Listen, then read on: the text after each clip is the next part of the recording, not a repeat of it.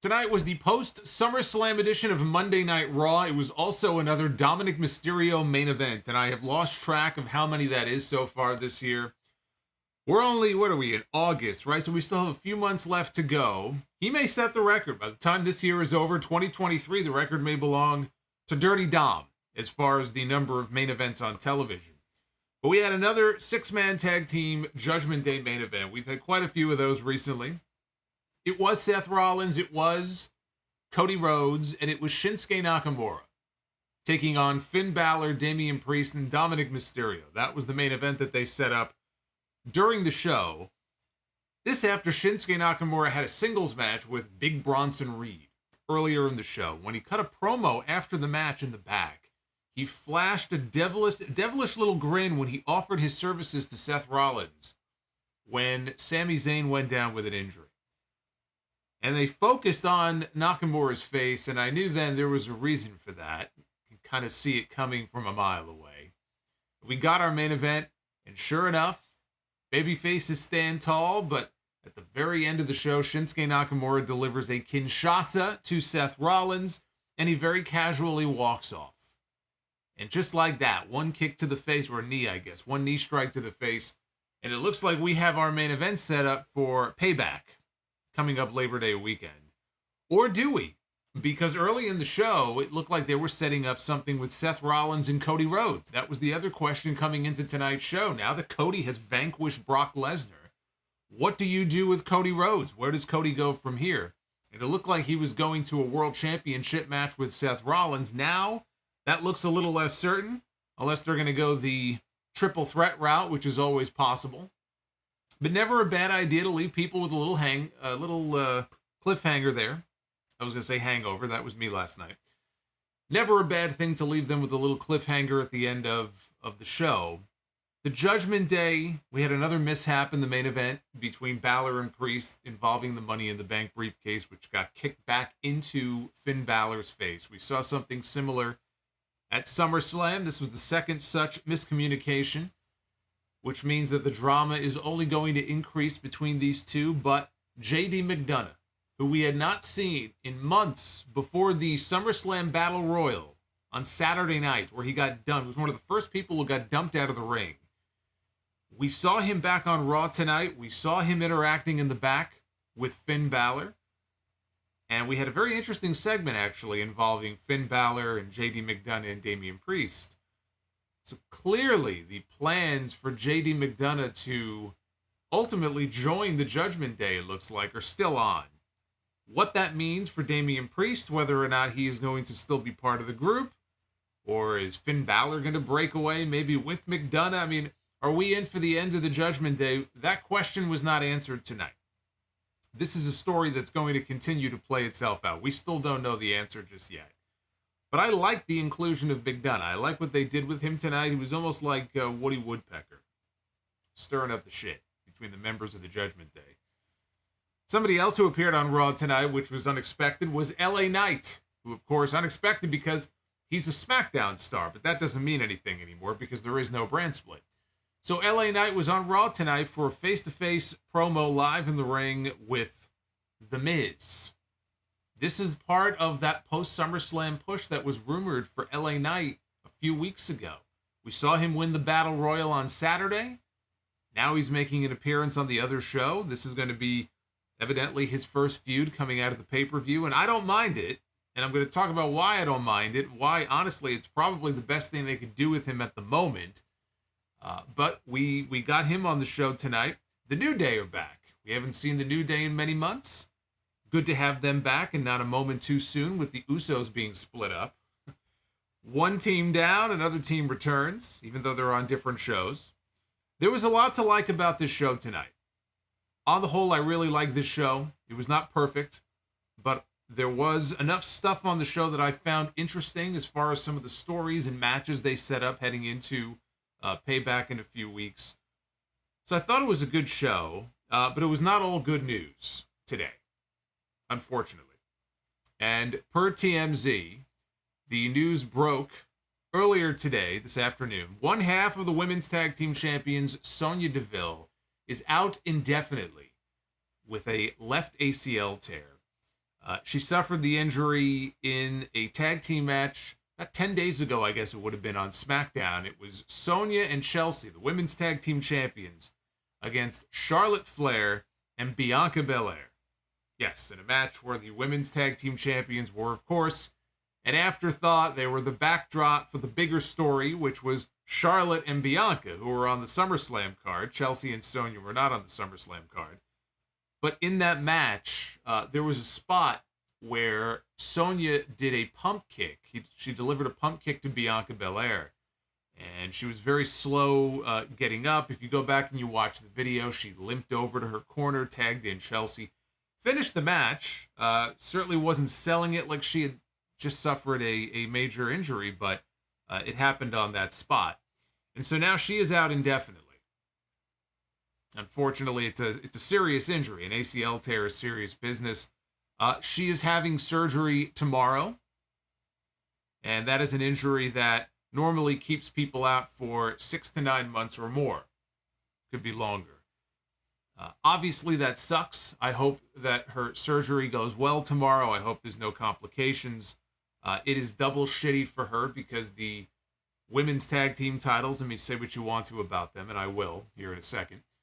But for her, it was her first title in WWE, and she's been in the company now for a number of years. So for her, it was a really cool thing for her to finally win a championship. And then a few weeks later, this is how her very first title run comes to an end. So very shitty for her, and I feel badly for her. But the question now turns to what happens to the women's tag team titles in WWE. We do not know, because they did not address the situation tonight. They did let us know about the injury. They did tell us about that. But they did not come up, evidently they did not come up with an idea yet, or else they would have told us, or they would have teased us what the idea might be. There was no indication of what they are going to do with the women's tag team titles. So, if I may, allow me to make a suggestion. The women's tag team titles are clearly cursed. Sonya said so herself in the video that she posted on Twitter, on her social media, during Raw this evening. She posted about a 2.5-minute video explaining the injury and talking about what happened. And she said at the very beginning of it, kind of in jest, but then she said, well, actually, not really in jest. The tag team titles are cursed. Nobody should lay their hands on those titles because bad things happen to those who do. It's like putting your hands on the Hope Diamond. You got to wear a fucking hazmat suit to handle those belts for fear that some kind of weird curse or some kind of weird juju or something might pass on to the next person. I wouldn't want to touch that thing without a pair of gloves, okay? So the women's tag team titles are clearly cursed. Burn them. Just like they used to do to witches hundreds of years ago. Burn them. Burn them and roast marshmallows over them. I'll even eat. I don't even like marshmallows, okay? But I'll participate. We can have a nice big marshmallow roast in the middle of the woods. That's what they should do with the women's tag team titles. Because ever since Sasha Banks and Naomi dropped those titles on Johnny Ace's desk over a year ago, and they went home and they walked out of the company, it has been a steady decline. And let's be perfectly honest with each other here. It goes back even before Sasha and Naomi. Those titles were not getting any sort of real attention from WWE. This is not a problem that only started after Sasha and Naomi left. It didn't start with them. It only got worse after they walked out. And that was part of the reason why they walked out. Because they wanted, and I like Sasha and Naomi, but in their naivete, they thought that they could actually make a difference and that they could do something to make those women's tag team titles mean something again. They were never going to do anything because WWE has to want to do something with the women's tag team titles. They have to want to feature them. They have to want to take the time to say, okay, we're going to put an actual division together and we're going to come up with a solid 5 or 6 teams, right, that could compete for these women's tag belts. And they never did that. It was a hodgepodge of just different singles wrestlers that they put together. No real attention, no real focus paid to it for many years. It's been this way for years now. Again, even before Sasha and Naomi. If the titles are vacated, and again, WWE did not tell us tonight whether they are going to be or not. We have to assume that they will be. They could always plug somebody else in Sonya's place to team up with Chelsea Green. By the way, that would be Chelsea Green's third tag team partner if they did that, because originally it was her and Carmella who started working together for a few weeks, and then Carmella disappeared. We found out because she was pregnant. And now Sonya gets hurt, so this would be her third partner. I don't think they're just going to plug somebody in there. If the titles are vacated, it would be the second time in the last 3 months that these championships have been vacated. Liv Morgan and Raquel Rodriguez, they won the titles. Liv got injured on SmackDown. It was against Damage Control a few months ago. In the same match, actually, I believe that Dakota Kai got hurt. So that forced Liv and Raquel to have to vacate the tag team titles. They won the belts back from, I guess it would have been Money in the Bank, from Ronda Rousey and Shayna Basler. Shayna turned on Ronda in the middle of the match. And so they lost their titles back to Liv and Raquel. Not even 3 weeks later, they dropped the belts to Sonya and Chelsea. Liv Morgan ends up getting injured again. Now we have no idea how long she's going to be out for. So we have new tag team champions. And not even 10 days later, Sonya Deville out with a torn ACL. And so here we are back in a very familiar position again. We don't need a tournament. We don't need a gauntlet match. We don't need a fatal four-way match or any of the other things that they have done. We don't need any of those things. Retire the titles and use this as an opportunity to create a secondary singles women's championship. Call it the Women's Intercontinental title. This has been something that I know some people have advocated for. I know some of the women on the roster. I know Dana Brooke even has done interviews, and probably some of the other women too, talking about how they would love to have a secondary singles championship for the women's division on the roster. Use it as an experiment on Monday Night Raw. Raw has the Intercontinental title for the men. Do it as an experiment on Monday Night Raw. See how it goes. Or you can create it and you can allow it to be defended across multiple brands, Raw and SmackDown. Either way, create a singles title, Intercontinental for the women. Hey, if it goes well, you want to create another one on the other show and have a women's US title and keep the Intercontinental title on Raw, you could do that too. Just build up the division a little bit more, maybe call up a couple of more faces from NXT. They already have a lot of women who are not being used right now. We saw 2 of them on the show tonight for the first time in a while.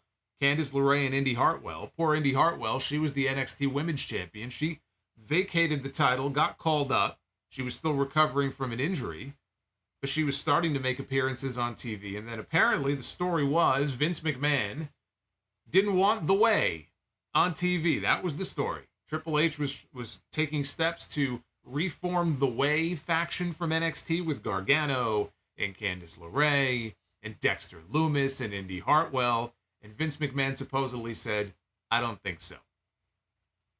So now we see them on television tonight for the first time. I almost forgot they were even there. You have plenty of women, whether it's Xia Li or whether it's Mia Yim. Again, I don't want to get into this whole conversation again. There's been a lot of discussion about the women's divisions in both companies over the last few weeks. The point is, they got plenty of women already who are not being utilized, who they can start to take steps to build up a little bit.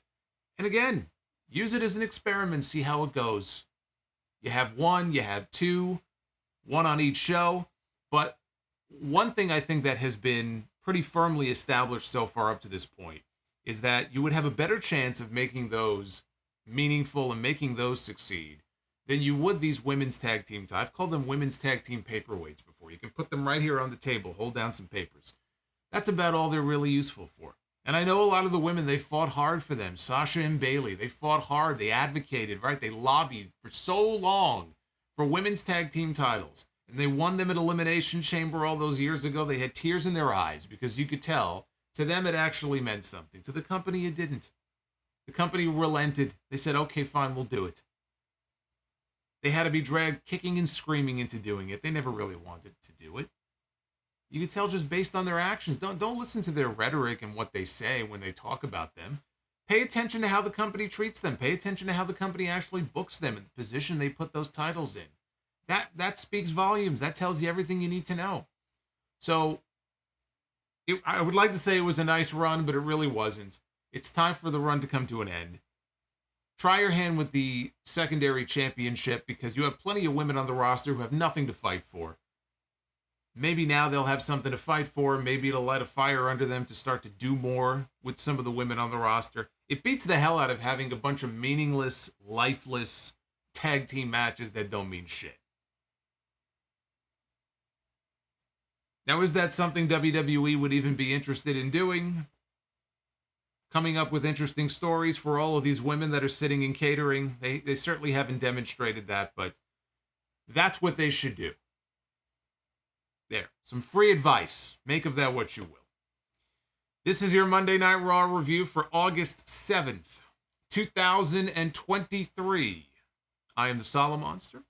Like and subscribe. 400 likes here on this video is the goal for us to do Be the Booker later on. I don't know where we're at right now. I think we have a ways to go. So that's in your hands. 400 is the goal. Super chats are open. Send them on in, and I will pull a Roman Reigns and acknowledge you here during the stream live. So drop a super chat. Channel memberships are open, and if you missed the Summerslam review, almost 2.5 hours long, we went late on Saturday night. It was a late night. You can check the full review is up on the channel, and a nearly 3-hour podcast dropped yesterday. That's episode 820. I covered a lot of ground on that podcast, almost 3 hours worth. So definitely make some time to go check that out and drop me some feedback. Email me, tweet me, let me know what you thought about the show. It took up my entire weekend, so I certainly hope it was worth it. But tonight it's all about Raw. Now, backstage at Raw tonight was an unfamiliar face, somebody who has not worked previously for WWE, but is getting a tryout, and that would be former Impact and NWA World Heavyweight Champion Nick Aldis. Now, there was a story a few weeks ago, PW Insider had broken the news, that WWE reportedly had interest in Aldis, but not as a wrestler. They had interest in him as an agent, as a producer, behind the scenes. And we didn't know whether or not that was something that Nick Aldis was interested in, because, he's still working independence. He's still, he's still working. He still wants to wrestle.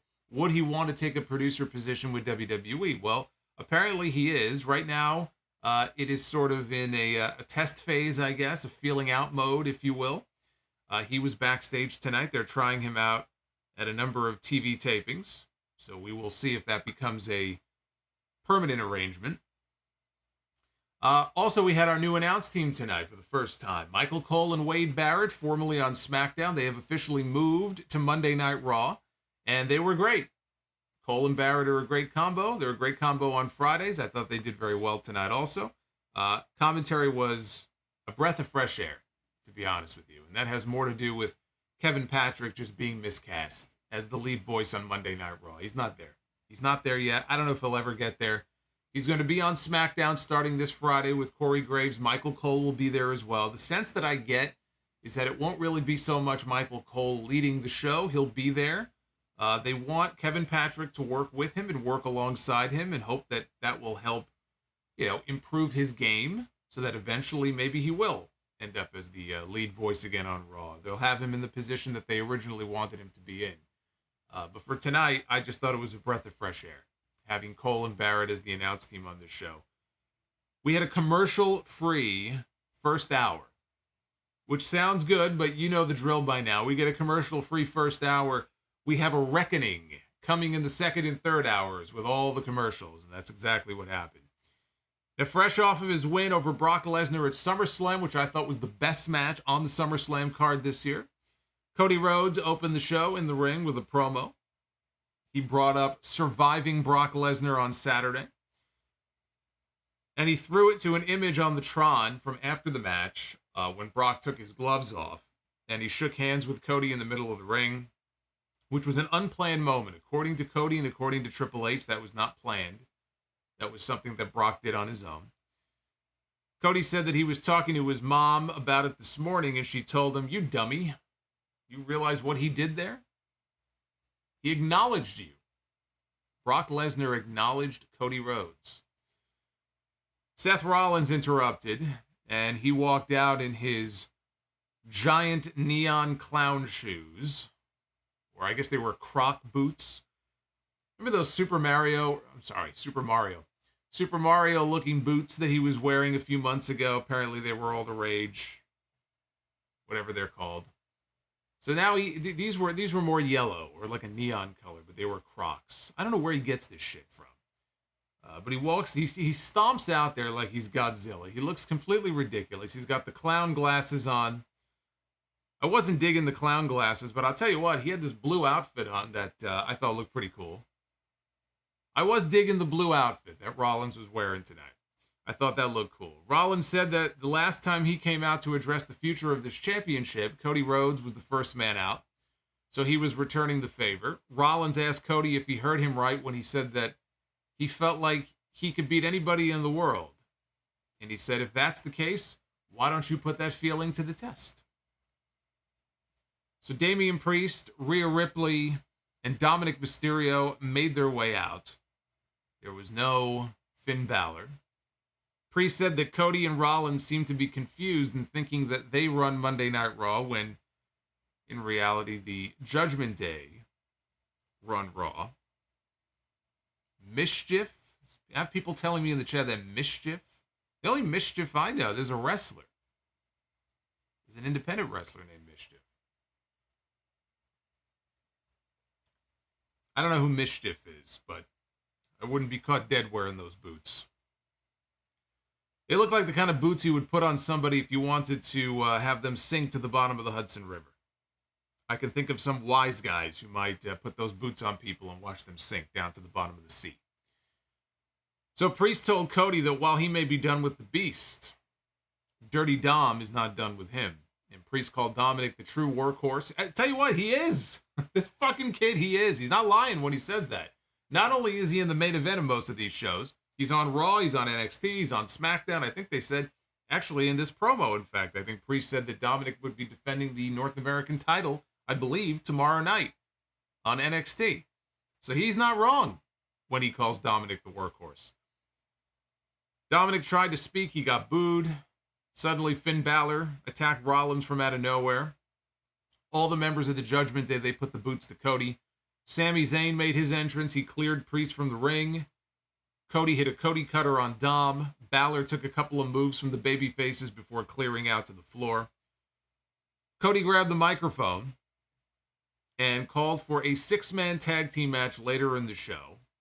Rollins was taken aback by Cody issuing this challenge on his behalf, and they argued off microphone as Sami tried to keep the peace between the two of them. So the question is, well, there were a couple of questions. The two questions coming out of the opening segment were, would Cody and Seth be able to coexist? Can they coexist? But also, would Balor and Priest be able to coexist? Because we saw what happened at SummerSlam. So would the two of them be able to get along in the main event as well? We had a match between two teams where we were not sure if each team would be able to get along. So that was the main theme of this main event on this show. Footage aired from earlier in the day of Ricochet talking to Adam Pearce about what happened at SummerSlam when Logan Paul popped him in the mouth with a pair of brass knucks. He didn't think it was right. And Pearce apologized. He said, look, the referee's decision is final. He brought in Tommaso Ciampa, Chad Gable, and Matt Riddle, who has grown himself a Vince McMahon mustache. Or a Randy Orton mustache, I guess. Take your pick.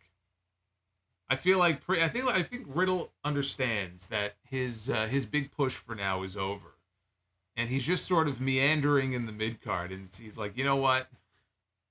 I'm gonna grow out this mustache. Maybe I'll grow a big beard. I don't give a shit, because they clearly are phasing Matt Riddle down. That much is clear. But Pearce brought them all into the room to let them know that they were going to be having a four-way match tonight, and the winner would get a shot at Gunthar's Intercontinental Championship. They were in Minnesota tonight, so knowing that, and look, WWE does have a history of beating people in their hometown, but this just felt like this was going to be Chad Gable's night. You know, he took Gunther to the limit on the show last week, and obviously he was going to be over tonight in this building. And you look at some of the other people who were in this match, and it seemed pretty obvious, I think, who was going to be walking out with the win. So we had Riddle, we had Gable, we had Ciampa, and we had Ricochet. Again, number one contenders match. Crowd was firmly behind Chad Gable. There was a big Tower of Doom spot midway into this match that led to Gable bringing down the other three with a triple German suplex. Ricochet took this really exaggerated bump. He took the worst bump out of all three, and it looked like he almost landed on his head. Thankfully, he rotated enough. But it was this massive bump that he took. Gunther, they showed him watching in the back. He was amused by all this because he knew he was going to get to pick the bones for whoever won. Gable put Ciampa in an ankle lock. Riddle, though, nailed him with a knee strike and a power bomb, but Ricochet broke up the cover. Riddle suplexed Ricochet before giving Ciampa a superplex. And as soon as he hit Ciampa with the superplex, in opposite corners on top, Ricochet and Gable did dives off the top, but both ate the knees. One of them ate Ciampa's knees, the other one ate Riddle's knees. We got dueling cradles for 2 counts. Riddle wiped out Gable with a springboard dive before Ciampa gave Riddle a draping DDT in the ring. Gable got knocked down by a Ricochet dive. Riddle recovered. He gave Ciampa a Bro Derek, but Gable broke up the cover with a diving headbutt. So these guys were not letting up. They didn't give you a moment to breathe here in this match. This was all action nonstop the entire time. Gable went for a chaos theory on Matt Riddle, but Ricochet brought Riddle down with a recoil. Gable then tried the chaos theory on Ricochet, but Ciampa came from out of nowhere, took Ricochet down with the old Zack Ryder Rough Rider, or what he now calls radio silence. That's that leaping leg drop. So Gable finally got his chaos theory rolling German to Tommaso Ciampa, but it was delayed. So he picks up Ciampa, but he doesn't get him over immediately. Ciampa's struggling. He's reaching out. He's nowhere near the ropes, but he's reaching out. And Gable takes his time and very slowly takes him over for the rolling German. It looked great, when he delays it like that. And again, most people that Chad Gable will share the ring with, and most people that Chad Gable will hit that move on, are going to be bigger than him. Now, Ciampa's not that much bigger than him, but, he's bigger than him. So, now, I've seen Gable hit that move on Gunther. I've seen him hit that move on Baron Corbin. And it's always impressive. It's never not impressive to me when I see him pull that move off. Especially him being one of the physically smaller people on that roster. And he pinned Ciampa with it. Ciampa, though, he did the kick out at 3.1 spot like he was Hulk Hogan at the Sky Dome against the Ultimate Warrior. But a pin is a pin. He kicked out, but it was too late. The referee had already counted 3. And Chad Gable gets another crack at Gunther for the title. Michael Cole did say that it would be down the road. So they did not specifically say that match will take place at Payback. There's still 4 weeks left to go until the next pay-per-view. I don't know if they're going to want to wait that long. But I think, you gave that match away on television last week. You have a pay-per-view coming up in a few weeks. Take these next 4 weeks to build up Chad Gable even more. Take these next 4 weeks to put a microphone in Chad Gable's hand. Forget the comedy stuff. Forget the Alpha Academy stuff and the training sessions and Otis and Maxine. Forget all of that. Just put Chad Gable in the ring with a microphone in his hand and let him cut a serious promo from the heart. Let him tell the audience why he's been waiting for this opportunity for so long. Let him talk to the audience and explain to them why it is so important for him to go into that ring against Gunther and have this opportunity to try to become the Intercontinental Champion. Use this time to build him up into even more of a credible challenger, to get the fans to rally behind him. Let's get the visual of him in the ring, face to chest with Gunther. Gunther not taking him seriously at all, kind of like he was tonight. He kind of had that smirk on his face when they showed him, later on. Take these next few weeks to really make this feel like David against Goliath. Like this match here is a big deal. Because this is everything Chad Gable has been waiting for. And really it is. That's not just for storyline purposes. And look, this weekend, a lot of WWE talents were doing interviews. They were in town for SummerSlam weekend. And Chad Gable and Otis and Maxine, they also did some interviews.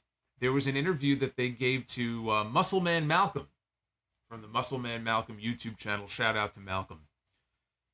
And in the interview that he gave Malcolm, Gable talked about wanting this chance. This right here, what we saw tonight. This is what he has been waiting for. He wanted the chance to prove himself as a singles wrestler and get back into the singles ranks. He said, I've been asking for a long, long time to prove myself as a singles guy. I have felt ready for a long time. I've surveyed the scene. I keep a close eye on everybody. And when I say that I'm ready, I'm not going to say that I'm the best. I've got a lot I've got to prove to myself in order to do that. But I believe in myself. I believe that I can prove that. If that thing with Gunther turns into something bigger or a bigger opportunity for me, take my word. Believe me when I say I am not going to waste it. When this match was over, I mentioned they were in Minnesota. When this match was over, Gable left the ring. His family was in the front row. And he went over and he grabbed his son.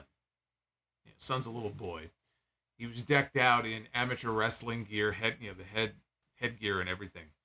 And he put his son on his shoulder and he ran a lap around ringside with him on his shoulder. And then when he circled around, he grabbed his son, he gave him a kiss, he said, I love you, and the camera got this nice shot of the two of them together. It was a really nice moment. That's the sort of thing I'm talking about. Gable can do the comedy stuff. There's been a lot of comparisons made to Kurt Angle because of the whole, the Olympic background, the amateur wrestling background. But the fact that Kurt can flip the switch and go from funny Kurt Angle to serious Kurt Angle in a matter of seconds. He excelled at everything that he did.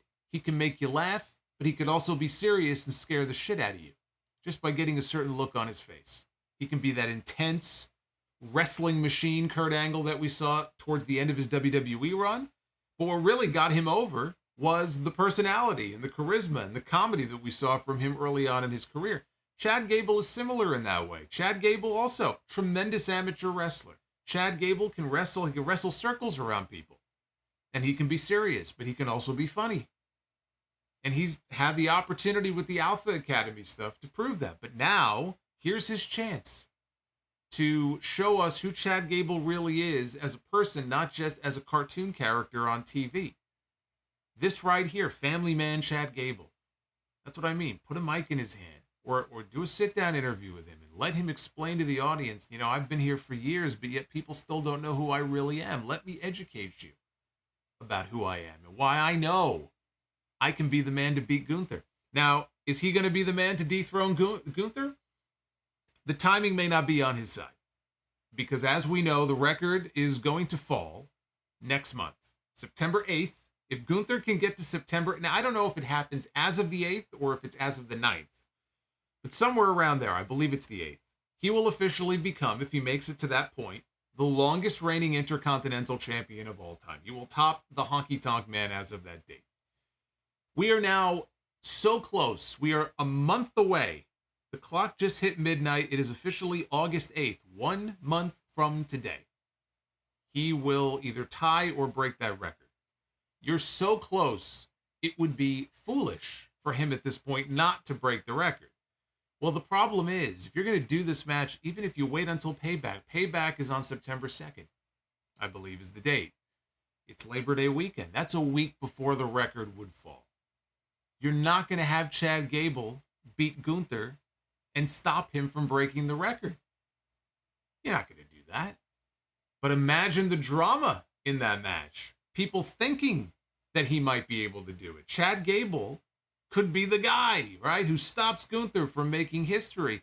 What that does is it adds that much more drama to the match now, because it's not just a title match where Gunther might lose his belt, but now you have this record that they have the next 4 weeks to really build up on television and educate people about what's about to happen. Chad Gable saying, no, I'm going to be the one who stops it. I'm not going to let that happen. You've now added a whole new layer, a whole new element to this match, which is what I like about it. But is he going to be the one to dethrone him? It's not going to happen at Payback. Could he then beat Gunther after he breaks the record? Absolutely. Why not?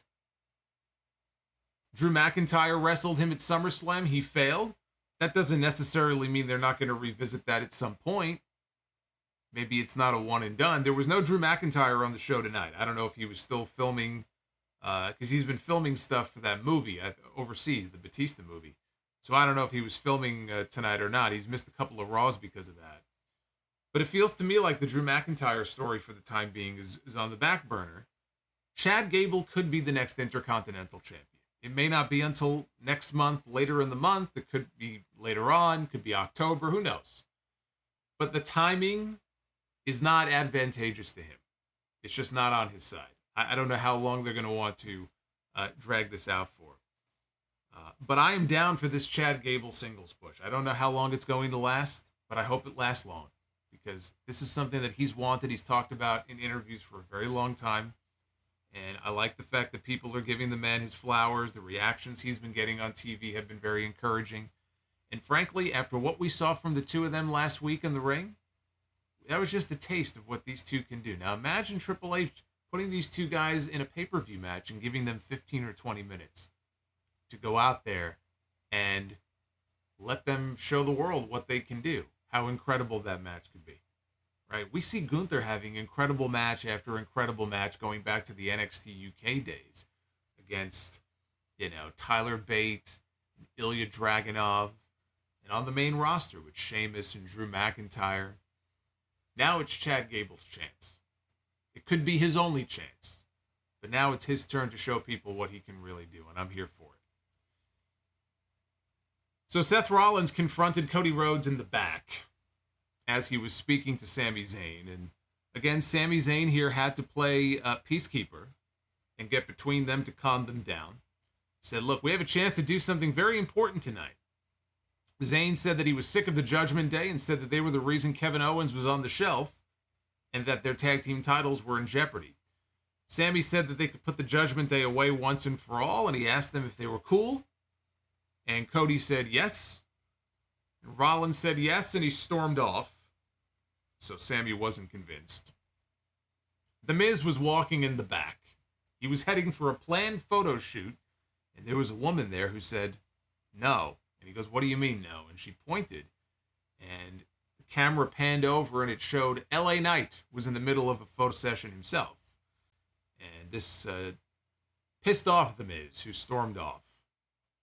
Wade Barrett on commentary said, when you win the Slim Jim Battle Royal, you can go where you want.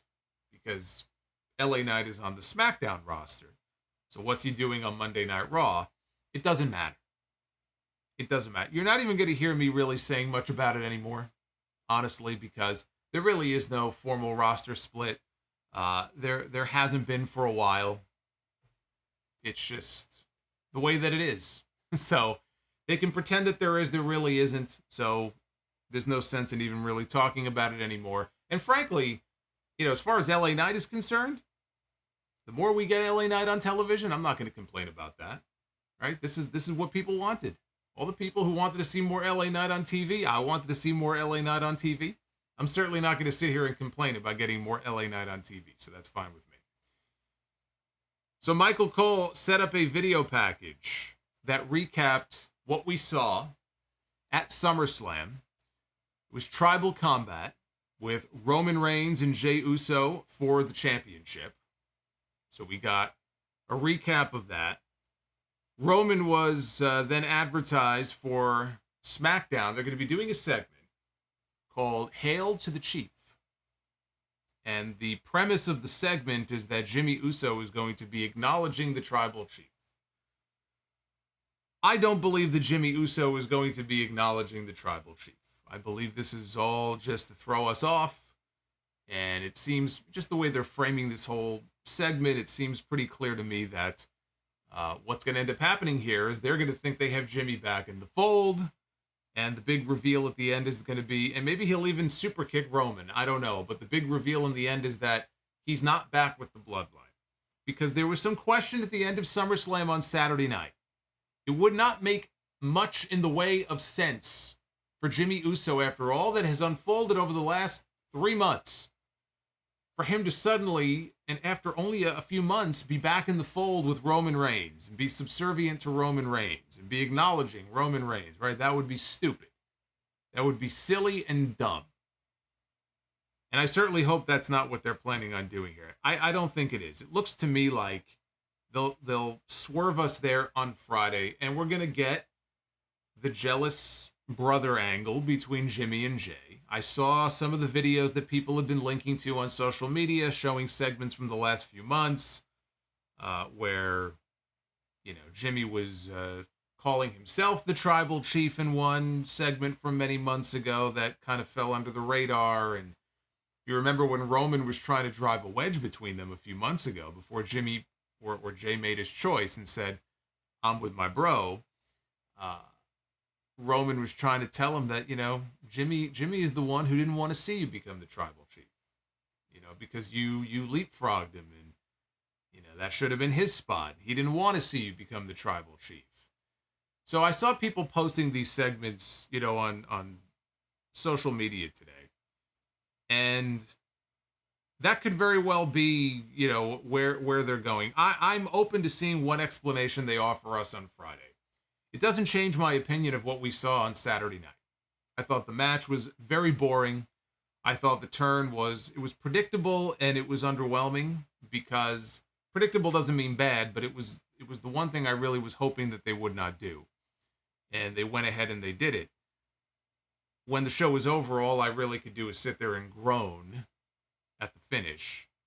But we're going to see what they do with Jimmy. If Jimmy has this big promo on Friday, if we get some kind of explanation from him, they may not give it to us on Friday. We don't even know if Jay will be there on Friday. They're talking about Roman and Jimmy. They didn't say anything about Jay. So they may be saving that for another week. You know, again, the main event on Saturday being such a bore certainly didn't help. Has it jumped the shark? Has the bloodline stuff jumped the shark? Maybe it has. Maybe it hasn't. I don't know. I wasn't a fan of what we got on Saturday. SummerSlam was not their finest hour with the bloodline stuff. It doesn't mean they can't rebound from it. There's been a hell of a lot more positive than negative when it comes to the bloodline stuff. You know, I haven't written it off. But, you know, again, what they did on Saturday was the first time that I sat here at the end of that main event, and I felt to myself like, all right, I think maybe this is finally plateauing. And I haven't felt that way before. But maybe they pull something out of their ass on Friday night that gets me back into it. But I don't think he's going to be acknowledging Roman Reigns. This looks to me like this is going to be a Jimmy and Jay issue. And that's going to be our main event for Payback next month. It's going to be Jimmy against Jay. We still have the whole Solo Sikoa angle, too. Because we know at some point Solo is going to turn on Roman. I've been waiting for that to see when they're going to pull the trigger on that. So we know that's still coming up at some point. They still have that in their back pocket. Whatever happens with these two guys, there's still the Solo Sikoa angle, and I think the people will be behind Solo when that time comes, because people seem to like Solo. Whenever he has those flashes of maybe he's going to break away from them, people start, you know, getting behind him and stuff. So the Solo Sikoa split, they still have that in their back pocket regardless. We had Shinsuke Nakamura one-on-one with Big Bronson Reed. Got to call him Big. That's his name now. Big Bronson Reed. Michael Cole acknowledged that Nakamura, this was during the match, acknowledged that he was a 3-time IWGP champion, which he is. IWGP World Heavyweight Champion. Nakamura, well, you know, I got to correct that, actually. Technically, they did the stupid split in the history of the IWGP, which I still think is incredibly dumb, where technically now this IWGP World Heavyweight title that Sonata has, this has a totally different history than the previous IWGP championship did. That's the championship that Nakamura held. The IWGP World Heavyweight title is technically a different title. But anyway, Michael Cole's not going to make that distinction on commentary. So Nakamura was on offense. Bronson Reed ran him over. He knocked him out of the ring. That led to our first commercial break of the night, which was actually not at 9 o'clock. It was 5 minutes before the top of the hour, so we didn't technically get a full hour commercial free. Technically, it was 55 minutes, to be specific. Nakamura's comeback got the crowd into this a little bit. They really weren't making much noise up to that point. Reed, though, cut him off with a power slam and a running sit-out powerbomb for a near fall. Reed went for the tsunami. Nakamura moved and hit a Kinshasa to the back of the head. And another one to the face. And he got the pin. So Shinsuke Nakamura, he beat Bronson Reed in their Money in the Bank qualifying match a few months ago. Since then, Bronson Reed won their second and third matches, and Nakamura here won the fourth match. It's like a Nakamura sandwich with some Bronson Reed filling in between, like Vegemite in between. But Nakamura had to win this because it set up something very important that came later on in the show, as we would see.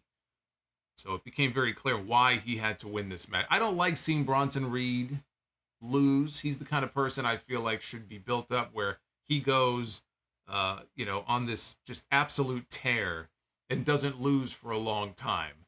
But he's already been beaten a whole bunch of times. So I don't like that. But if they were going to do this match, it had to go down the way that it did because of the show closing angle.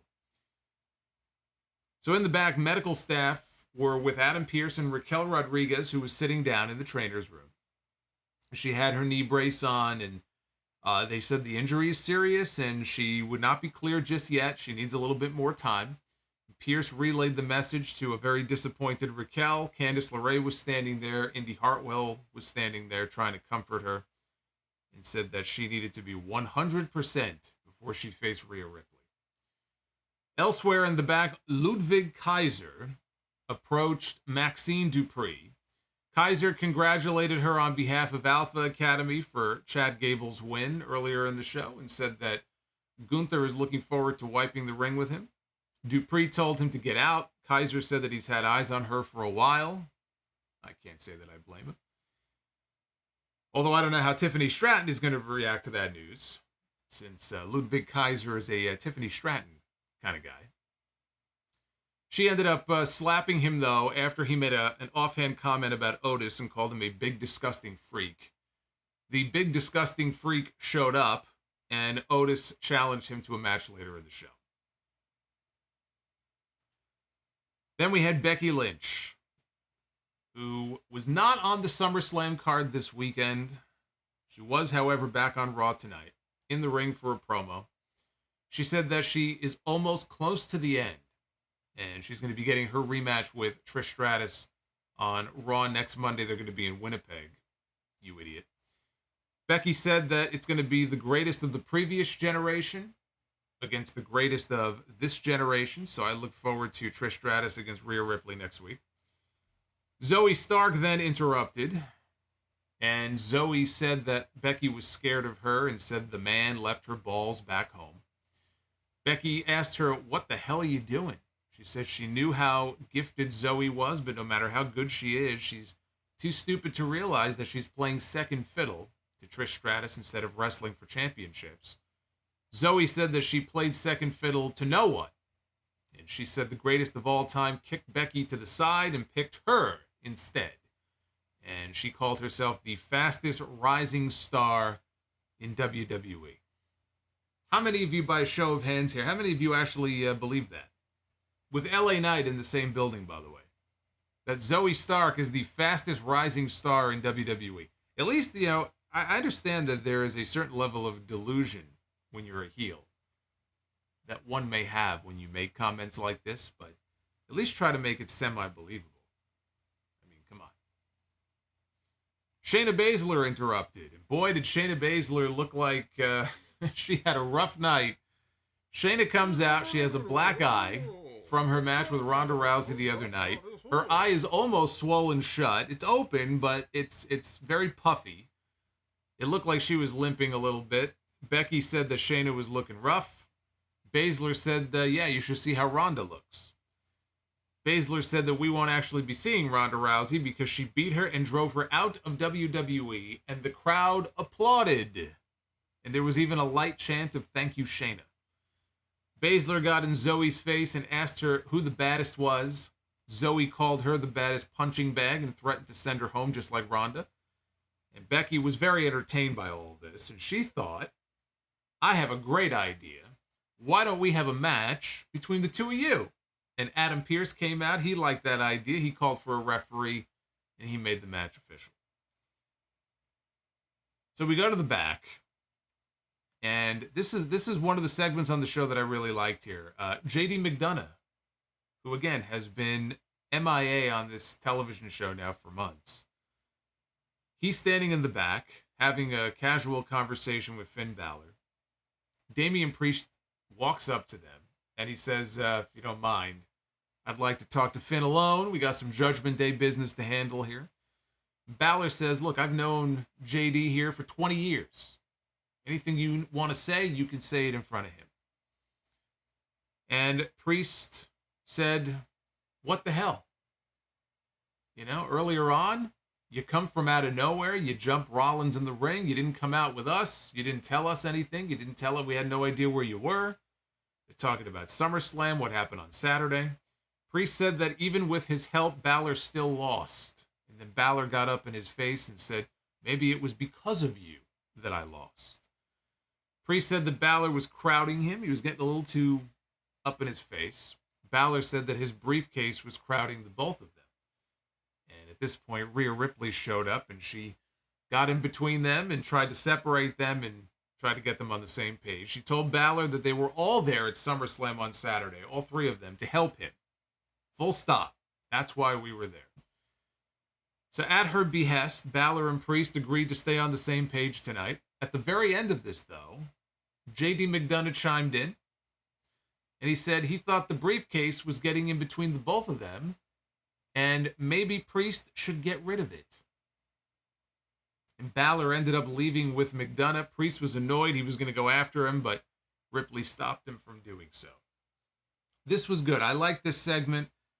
I'm glad they have not abandoned the McDonough involvement in the Judgment Day stuff. I thought his involvement tonight, just from these few segments, there were two of them involving him, added a new dynamic to the group. You know, there's already obviously some distrust going on between Balor and Priest. And so now it's up to Rhea and Dominic to try to keep the peace between them. But this added a new dynamic to the situation and to the drama that they're going through. So I liked it. I liked the way he kind of butted in there at the end and said, I have a suggestion. And telling him to get rid of the briefcase, I think, is going to play into something I'll talk about at the end of the review. So we had Shayna Basler one-on-one with Zoe Stark. Becky was at ringside watching the match. She was at ringside sharing a pitcher of lemonade with Wade Barrett. So they were playing off of the social media stuff from this weekend because Becky was not at SummerSlam. Becky was not in Detroit. She was at home. She posted a photo of herself in her kitchen with a bunch of lemons. I guess it looked like she was, I think she was making lemonade. And the caption was something like, when life hands you lemons, you make lemonade. Because clearly she was not very happy about being left off the pay-per-view. So they were playing off of that here. Zoe took control ahead of a commercial break with a missile drop kick. She tried to do Shayna's arm stomp spot that she does, but Basler avoided it. Hit a gut-wrench suplex. Zoe countered a Kirifuda clutch, hit a springboard dive. She was distracted by Becky, who was just standing there outside. She wasn't really doing anything, but Becky was standing outside. That was enough to distract her.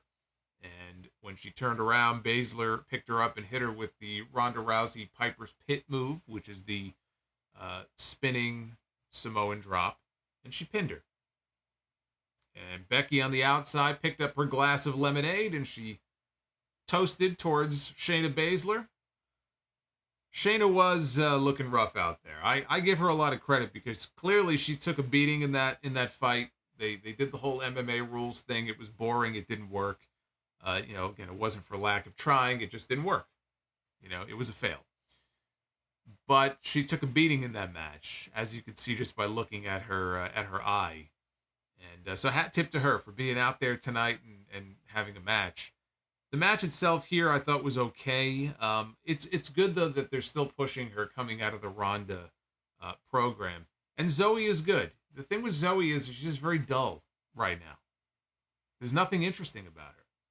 Because right now her role is not really to be interesting. Her role is to be the lackey for Trish Stratus. And I don't mean a lackey in the way that, Ralphus used to be a lackey for Chris Jericho or, or something similar. She is what Becky in this promo said. She is second fiddle to Trish Stratus. She's the backup for Trish. So when Trish is there, Zoe is there to help watch her back. That's her role. We don't really have a whole lot of knowledge about Zoe and who she... I mean, when she first debuted on the main roster, they had a vignette. I remember this one vignette that they did play.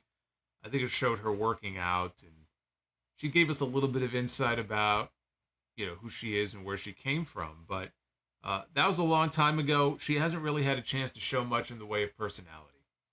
That's a big part of the problem. And I do think in time that will come, but they need to be pushing new faces in this division. So even though I thought this match was okay, and I don't think that what Zoe is doing right now is terribly exciting or terribly interesting, it's important for her to get reps on TV like this. It's important to get her ring time and get her out there and keep her on the show, because Zoe Stark is very good. Bell to bell, she's very good. She showed that in NXT. So when I talk about how, my God, this women's division, they're just pushing the same 4 or 5 people. They got Becky, and they got Rhea, and they got Charlotte, and they got Bianca, and every now and then they'll give Asuka a little push. And that's pretty much it. It's just the same people over and over again. Now Io Sky is champion, so that'll be cool to see what they do with Io as champion. Kairi Sane is supposedly on her way back in the next couple of months. So she'll be on her way back, and they have this whole other roster of women that are just sort of meandering around, not doing much. Zoe being one of those people who I think could really be pushed as somebody who one day could be challenging for the Raw Women's Championship. And I made this comment when they first called Zoe up. I said, I don't see Zoe as somebody they're ever going to build that division around. Zoe is never going to be what Trish Stratus is or was back then, at that time, or what Becky Lynch is, or what Rhea Ripley is at this moment now, or even what Bianca Belair is, right? Because they've really pushed them very hard. Bianca's already gotten a WrestleMania main event to her name. That's not going to be Zoe Stark. Zoe Stark, the comparison that I made was, I look at her and I see Victoria. Victoria was very good in the ring. No one was ever doubting her talent bell to bell. And she won the women's championship a few times. But Victoria was never somebody they built the division around. Victoria was never considered one of the top 2 or 3 faces in the women's division. And it was very different back then, because that was still the whole bra and panties era and all that. Just a very different time.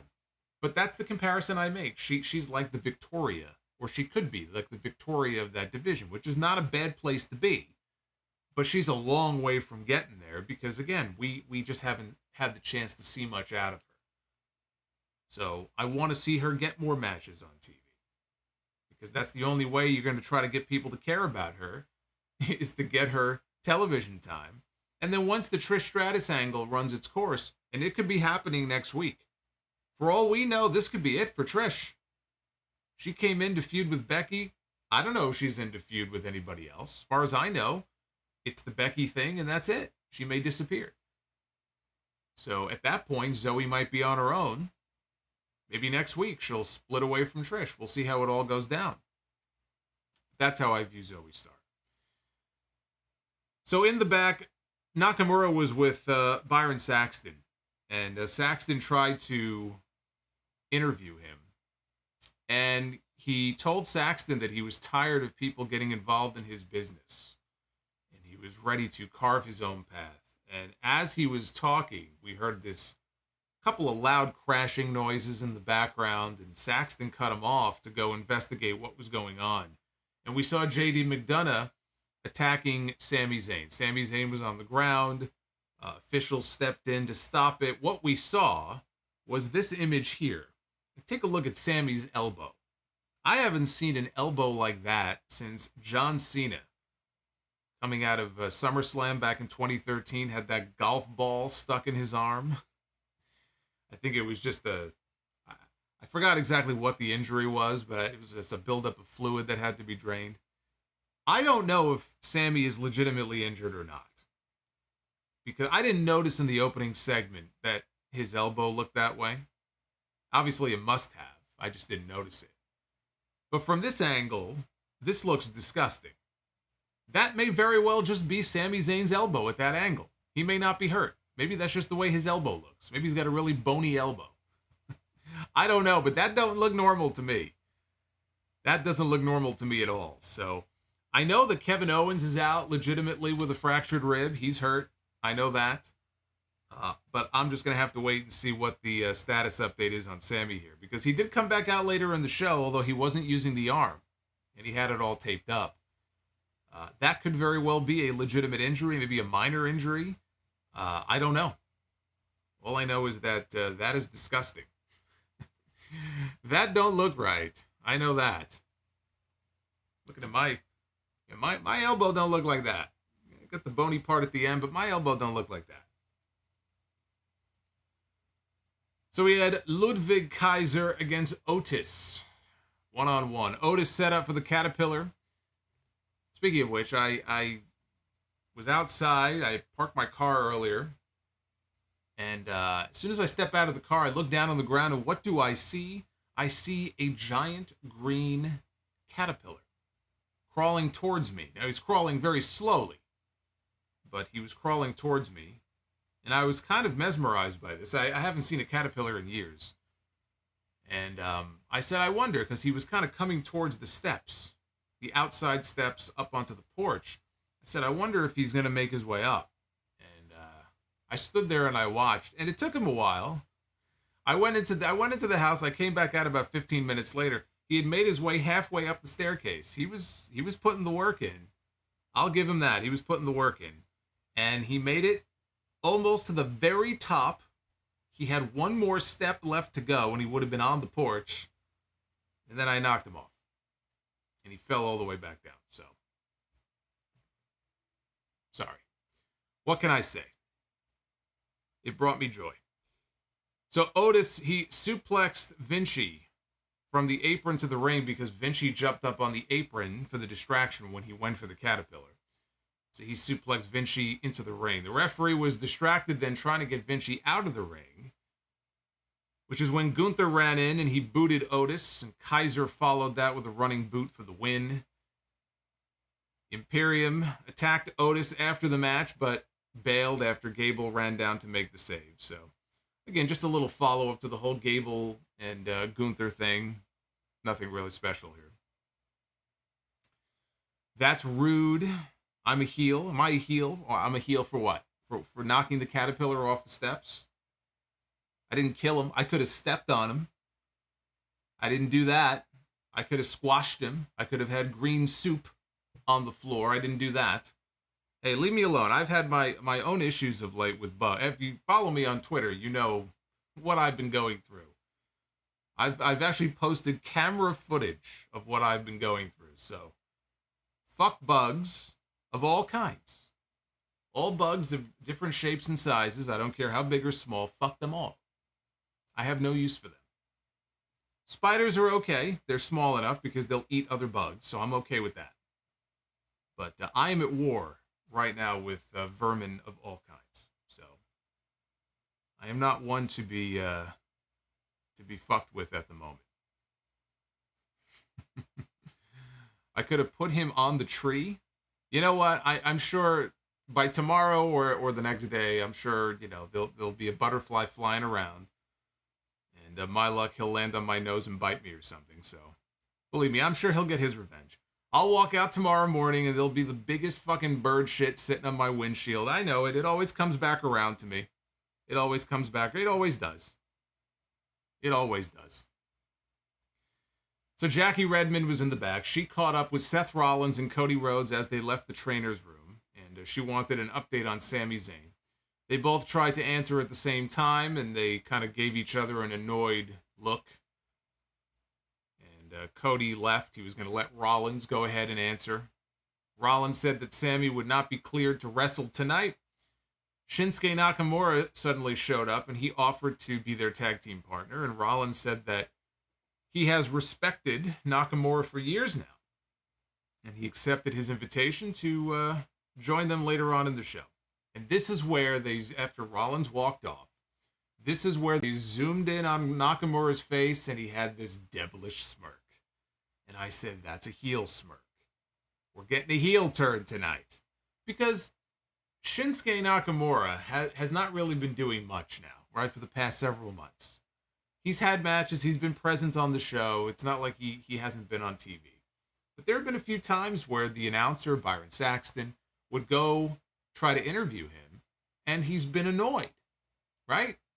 So this has been building for a while here, where, and maybe he'll talk about this in his next promo, where he's just been annoyed with what's been going on, and maybe people he feels have forgotten what he can do, and they take him for granted, and now this is his chance to show people what he really is capable of by going after the World Heavyweight Championship, right?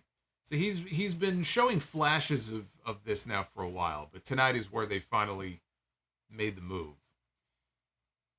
The Miz came to the ring for a promo, which is never something that I am looking forward to here. You see the Miz every week. You've seen the Miz every week for fucking 20 years almost. So this could have gone either way. I didn't know where this was going. I figured he was going to come out and talk about LA Knight because LA Knight had stolen his photo shoot earlier in the show. But I wasn't quite sure exactly where they were going to go with this. But he came out and he complained about there being a lack of respect. He spoke about learning the hard way early in his career about having to introduce yourself to the locker room. Oh, that's right, man. You got to shake everybody's hand. So he talked about showing respect, shaking hands. Miz said that LA Knight never shook his hand, which is the cardinal sin in the locker room. You got to shake hands. So LA Knight comes out. It's a big reaction from the crowd. He said he thought they got a great introduction to each other in the Battle Royal on Saturday night. But in case they didn't, he introduced himself, and the crowd chanted along with him to his name, L.A. Knight. He put his hand out for a handshake. Miz refused to shake it. He said that he's seen plenty of people come into the company, ride his coattails over the years. He called L.A. Knight a flash in the pan. He called him the flavor of the month. He thinks that he's just an Attitude Era fanboy cosplay in his ring. Attitude Era fanboy playing cosplay in the Miz's ring. Fans chanted tiny balls at Miz. LA Knight said the Miz doesn't want to make this personal. You don't want to do that. Miz flipped out. He said that he's been taking it personal for 20 years. He started ranting and yelling. He said he took it personal when he was kicked out of the locker room. He still takes it personal even though he's a 2-time Grand Slam champion, even though he's headlined WrestleMania, even though he's won all of these championships and he has all of these accolades. He asked LA Knight, what have you done for the past 20 years? And LA Knight said, so personal it is. He said for the past 20 years, he's been making himself a dangerous man, doing everything he needed to do on the outside while this place bet on all the wrong horses, including Miz. Meanwhile, he's been waiting for the right opening. And here's Miz with a 20-year head start. He says Miz got it because he's safe. They knew that they could kick him around. They knew that they could pretty much have their way with this guy and abuse him when he came in. And what did Miz do? Nothing. He took it. Company knew that if they brought him in here, he wouldn't take all the crap that Miz did. That's the difference between the two of them. They knew that LA Knight would not take that same kind of shit. And still, Miz won every title there is to win. He said, good for him. But here they are. Here's where he is. And he being LA Knight, here's where I am. And he goes, and here's Miz's career in the damn toilet. And when he made that comment, and he said that Miz's career was in the damn toilet, there were actually some light Miz chants. And I thought to myself, oh, they felt sorry. Oh, they felt sorry for the Miz. So Miz actually got some sympathy chants here from the crowd. And LA Knight was not expecting this clearly, so he hears these chants for Miz. And he looks out into the crowd and he smiles.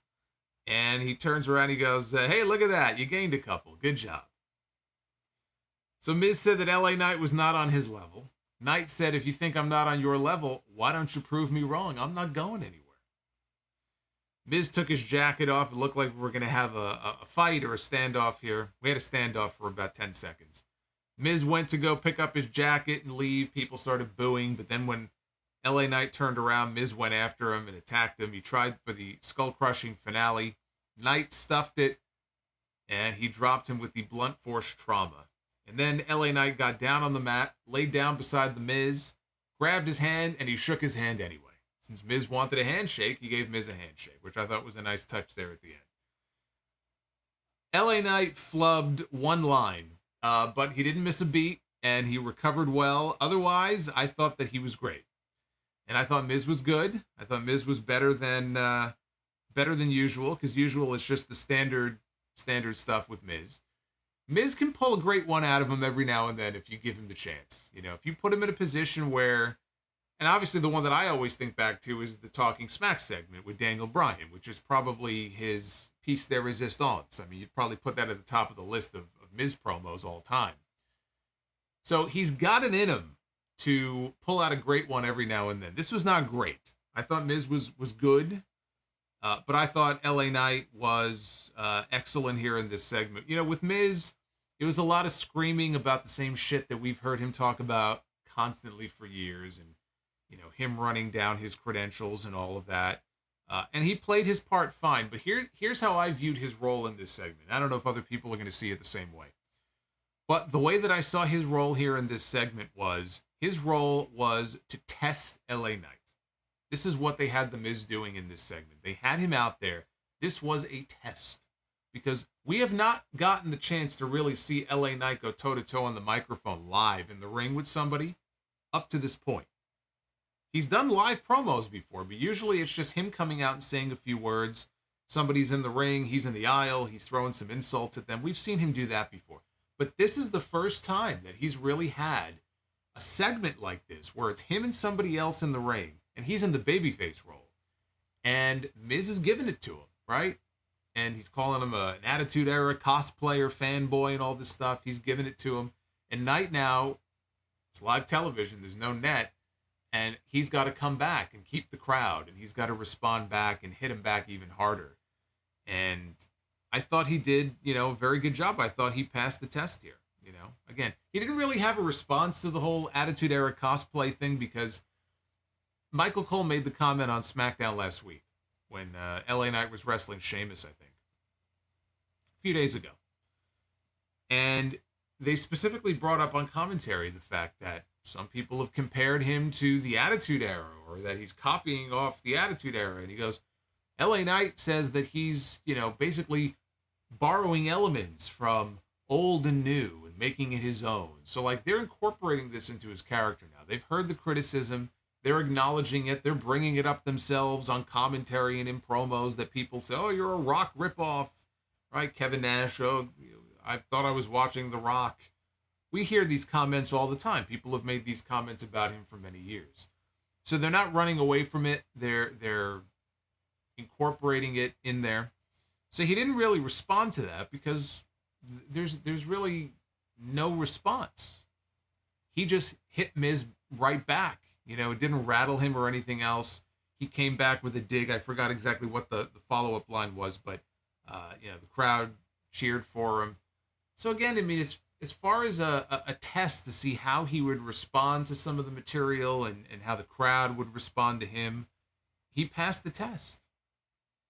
You know, he was in there, man. He was holding his own, and that's exactly what you want to see out of an LA Knight. You want him to be able to go out there and basically have the crowd in the palm of his hand, and that's what he was able to do.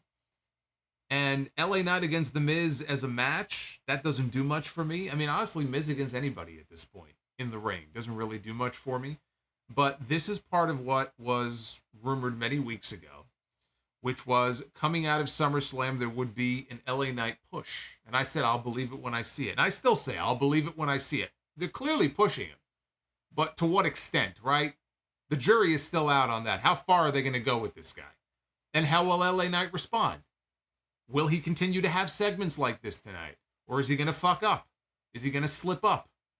I can remember, when Matt Hardy came back to the company after the whole fiasco with Edge and Lita and everything. And Matt Hardy came to the ring, and Vince McMahon was in the ring, if I remember correctly. And Vince McMahon handed him the microphone. This was going to be Matt's big moment. This was like Matt's big comeback promo. And he dropped the ball. I don't remember it being a very good promo. I remember there being a lot of criticism of that promo. I don't remember thinking it was anything special either. It's those moments where it just feels like, okay, this is a test. Some people pass the test. Some people wilt under the pressure. Some people maybe just aren't very good in high pressure situations like that where all eyes are on them and they know the weight of the world is on their shoulders and the very important people in the company are watching them and they don't do well. You could find other moments like that probably. So I don't know how things are going to go for LA Knight 3 months, 6 months, 9 months from now. Hopefully he's a bigger star in 9 months than he is today. And WWE will have helped create a brand new main event player in the company. Right? You can never have too many of those. It's nice to have Roman Reigns and Drew McIntyre and Seth Rollins and Cody Rhodes. But why not have Roman Reigns, Drew McIntyre, Seth Rollins, Cody Rhodes, Gunther, and LA Knight? Right? As interchangeable main eventers on the shows. Why not? Why not add one more to that list? I don't know if he will end up in that spot or not. But this is supposed to be the beginning of a big push, a big sustained push for LA Knight. And you might look at this and go, yeah, but it's against The Miz. Is that really a push? Well, here's the situation. Santos Escobar is challenging Austin Theory for the United States Championship on SmackDown this Friday. And he may very well walk out of SmackDown with the U.S. title. And in fact, if the plan is not to put LA Knight in a feud with Austin Theory, then I hope Santos Escobar does walk out with the U.S. title on Friday. Anything to get that belt away from Austin Theory. Austin Theory can use a reset of his own. He doesn't need to be reset and the United States champion. You can get that belt off of him and then figure out what the fuck you're going to do with him. So that occupies the U.S. title for now. Gunther is the Intercontinental champion. He's heading into a match soon with Chad Gable. Right? He's trying to break the record. He's got stuff going on. LA Knight is not going to challenge for the Intercontinental title. So what is LA Knight supposed to do? He's not going to challenge Seth Rollins, right? That'd be two baby faces anyway. He's not going to challenge him for the World Heavyweight title right now, and nor is he ready to be in that position. And he's sure as shit not feuding with Roman Reigns. So what do you do with LA Knight? You've got to get him on television somehow. You've got to get him there. You've got to keep him there. The key there is get him on the show every single week. Miz is an easy opponent. Miz is like the old reliable hand that they always... This is the same role Dolph Ziggler filled for years for this company. Old reliable, old faithful. When all else fails or you got to plug somebody in, you fall back on Dolph Ziggler. You fall back on the Miz. That's where their value is. Miz is like a gatekeeper. That's basically what he is at this point in this company. He is not there to be pushed and be the champion. He's there to be a gatekeeper. He's there to be the guy that somebody else who is on the ascent can work with. Or if you introduce somebody new into the company and you want to try to build them up and build their profile, maybe you pair them up with the Miz. We've seen Miz and Ciampa, Miz and Bronson Reed for a little while, Miz and Johnny Nitro. Like we've seen Miz team with a whole bunch of different people over the years, right? And plenty of other people I'm not even naming right now. But that's the role that he's in. So we know that at the end of all this, LA Knight is going to beat the Miz. And after this segment tonight, which I thought was really good, maybe we'll get more of these. Maybe we'll get another big promo segment in the ring. But for LA Knight, it's a way to get him on television because the timing just isn't right for him to be challenging for a lot of these other championships. And if he's not challenging for a title, then what the fuck else is he supposed to do? Well, why not start out with a big win over the Miz? I could think of worse things for them to be doing with him. The key, of course, then will be in the follow-up. Once he beats the Miz, where does he go from there? Now, if he's still feuding with the Miz 3 months from now, we're going to have a problem. This is not something that I want to still be watching in fucking November. Then we're going to have a problem. But I don't have an issue with it right now. You know, they want to set up a short program with the Miz. They want to do a match at Payback in a few weeks. I think that's perfectly fine. It gets him a match on pay-per-view when maybe otherwise he wouldn't have a spot on that show.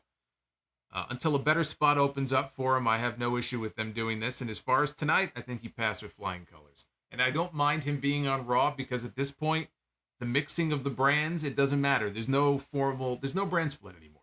They pretend that there is, there really isn't. So I don't mind him being on Raw. The more television time he gets, the better off he's going to be in the end. We had the Viking Raiders issuing an open challenge, which was accepted by The New Day. Kofi Kingston and Xavier Woods back on television for the first time in many months. For Kofi Kingston, it was the first time since February when he broke his ankle. Originally, they didn't think it was all that serious, and then we found out that he had surgery, and we found out, well, I guess it was more serious than they initially thought. So he's been out for a while. Xavier Woods, last match he had prior to tonight was back in May. So it's been a while. Eric and Ivar had control over Woods until he hit Eric with a tornado DDT. Kingston made a hot tag, hit Ivar with a drop kick, crossbody, leg drop, and an SOS. Only got two. Ivar dropped Kingston. Eric followed with a knee strike. Ivar tagged back in, and Kofi used a Hurricane Rana to take out Eric. So Kingston hit Ivar with Trouble in Paradise before wiping out Eric with a flip dive out onto the floor. And I'm just thinking, watch the ankle. Watch the ankle on the landing. Xavier Woods went up, hit the rope walk, springboard elbow drop that he does to Ivar and pinned him for the win.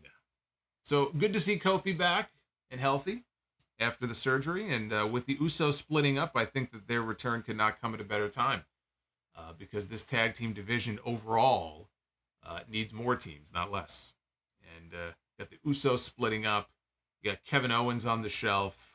Chad Gable now is getting a singles push, so I don't know. I guess that puts Alpha Academy on the back burner for the time being. You got to be adding teams here, not losing teams. Byron Saxton was in the back. He wanted to interview Becky Lynch, but they were interrupted by Shayna Basler. And Shayna said that she didn't want Becky's help tonight or ever. She said that she has a list of scores to settle. She was done with Ronda, and she would be coming for the man one day. And Becky said that she looked forward to that day. Becky Lynch, never forget that Becky Lynch is the one who wanted to drop the Raw Women's Championship to Shayna Basler after Shayna debuted on the main roster. She wanted to drop the belt to her at WrestleMania COVID, but Vince McMahon vetoed that idea. As it turned out, she didn't know that she was pregnant, so she ended up vacating the title anyway. But once upon a time, Becky Lynch did want to put Shayna Basler over at WrestleMania for the championship. Michael Cole announced at this point in the show via TMZ that Sonya Deville had suffered the torn ACL, and he provided no other update for us on the status of the women's tag team titles other than to say that we'll have to figure out who is going to become women's tag team champions. No, you don't. I gave you some free advice earlier. Please, take it. The main event was Cody Rhodes, Seth Rollins, and Shinsuke Nakamura taking on the Judgment Day. Finn Balor, Damian Priest, and main event Dominic Mysterio. I'm going to start calling him main event Dom. I think main event Dom works better than Dirty Dom does. You know, Vince McMahon loves his alliteration. Dirty Dom. We have Big Bronson. Right, we have Scrumptious Shinsuke. I don't know what fucking names this guy's coming up with for everybody, but main event Dominic was back tonight. Raquel Rodriguez, out of nowhere, as Rhea Ripley made her way down with them to the ring, is attacked. Rhea is attacked by Raquel until officials come out. They break things up. Ripley, though, broke free, went after Raquel, but they were separated again. Candice and Indy Hartwell, they came down, they joined in to try to separate the two of them, but then Ripley attacked them as well. And Candice went after Rhea. Officials then had to separate them. So it was chaos. Absolute chaos. After a break, Rhea was still ringside for the main event like nothing had ever happened. Rollins and Rhodes, they couldn't agree on who should start for their team, so Nakamura decided to step in for them. Balor was ready to start for his team, but Priest tagged himself in, and they had a little discussion before Dominic tagged in to start the match. Nakamura was all over Dominic, so Priest pulled Dom out of the ring, and they went to a break a minute into the match. A minute into the main event, we go to commercial break. So the Judgment Day was working over Nakamura. Rollins made a hot tag. He ran wild on Damian Priest until Priest cut him off, tagged in Balor, who drop-kicked Rollins into the barricade. That led to another commercial break with 8 minutes left in the show. I told you, when you get that commercial-free first hour, you pay for it in hour 2 and 3. I would rather they just have a normal show. Rollins made the tag. After a slight hesitation, he tagged in Cody, who had an exchange with Finn Balor that led to Cody hitting a Cody cutter for a 2 count when Dom broke it up.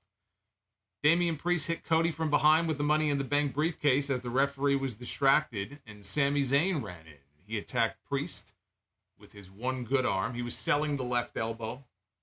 As I mentioned, the elbow was all taped up, and he really was taking great pains to avoid using the arm, which could have just been selling. Again, I am unsure whether or not he is nursing a legitimate injury or not. All I know is based on that photo I showed you before, it did not look good.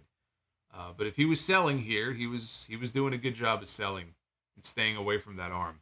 Balor tried using the briefcase, which now was in the ring, but Rollins super kicked it back into his face. Cody followed with a crossroads on Finn Balor, and he pinned him to win the match for his team. So all the baby faces, all 4 of them, including Sami, they're in the ring now. They're celebrating. Rollins and Cody, they're arguing with each other after the match. Sami, again, getting in between, trying to play peacemaker here, raising both of their arms.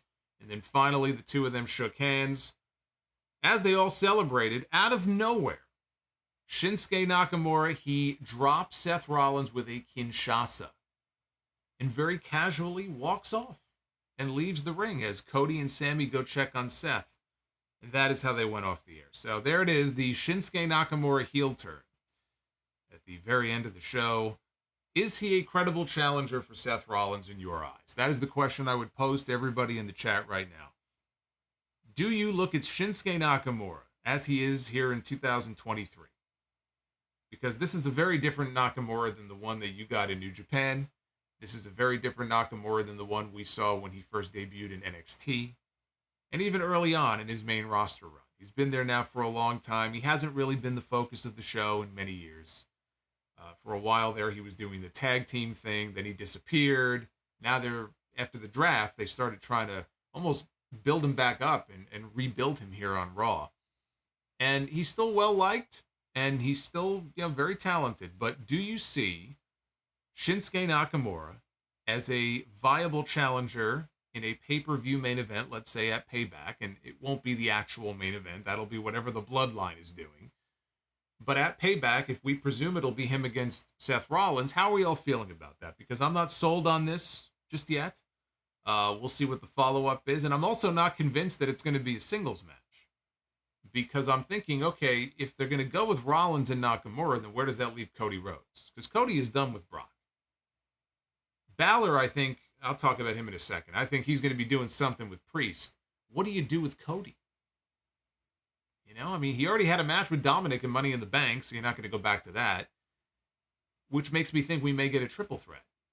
And if you do a triple threat match for the World Heavyweight Championship, you can have Rollins pin Nakamura without Cody having to take the loss. And maybe that's why Nakamura is going to be involved here. Maybe we are going to get a triple threat. Reason being, he'll be the one to take the losing fall, and that spares Cody a singles loss if they don't want to put the world title on Cody. So I don't know if it's going to be a singles or a triple threat, but I presume whatever match it's going to be is going to take place at Payback and not on TV between now and then because, again, it's not going to headline the show. So you can get away with doing Rollins and Nakamura, even if it doesn't feel like a big, marquee main event, maybe in the way that it should. And that's all just due to the booking of Nakamura over the last few years. He's lost a lot of luster over these past few years. This is not the same Shinsuke Nakamura when he came into WWE. It's just not. It's not the same guy. Maybe he's older, and I'm not even talking about age. I'm just saying when he comes out, his place on the show It's just not what it was when he first came in. So you can get a pay-per-view match out of it one time. You know, you could do that second to last on the next show, and I think that's fine. But I just can't imagine what else Cody would be doing on the show. You know, you're not going to have Cody and Gunther. There really is no other top heel to put him with at this moment on that show. I think it almost has to be a triple threat. Now, to talk about the Judgment Day, you've got Finn Balor and Damian Priest still having issues. I take you back to the comment that JD McDonough made backstage when he looked at them, he looked at Priest, and he said, looks like that briefcase is what's coming between you two, and maybe you should get rid of it. And it makes me wonder if we're going to get a match between Balor and Priest with the briefcase on the line. If Balor could somehow convince him to put his money in the bank on the line, or if Priest is so dedicated to the Judgment Day, right? He's not so dedicated that he paints, you know, the JD for the Judgment Day on his face like Rhea does. But maybe he's so loyal and dedicated to making this work and to the group and the family that he says, you know what? I am willing. I'll tell you what, if that's what it's going to take, I'll put my money in the bank briefcase on the line. It's going to be you and me at Payback. But this is it. After this, we shake hands. We reunite the family. No more drama, right? No more mistrust. If this is what it's going to take for you to finally for us to put this behind us and for you to believe in me and trust me, you know, and maybe he'll put the money in the bank briefcase on the line. JD McDonough maybe factors into that in some way.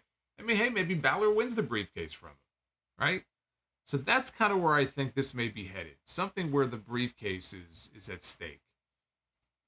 And then as far as Sami Zayn, I'm going to wait and see what the status is for him because, again, that elbow did not look good. But at the end of the night, I thought overall it was a good show. It was a good sort of reset in some ways now coming out of SummerSlam. They're trying to kick off some new stories heading into Payback. Very happy to see Gable getting the singles push, however long that may last for. LA Knight on Raw was a nice little surprise.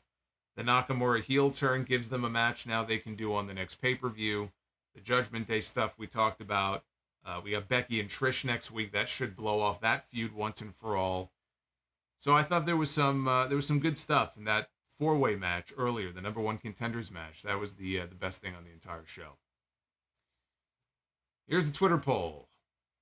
Just shy of 80% thumbs up, 20% thumbs down. That is the best Raw score in these polls, probably in a few months.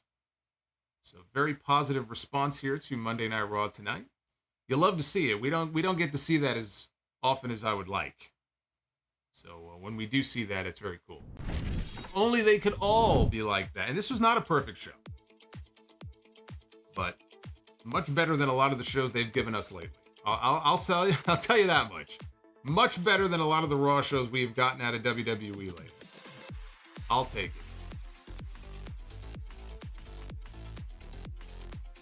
By the way, the goal for Be the Booker tonight was 400 likes. Holy shit.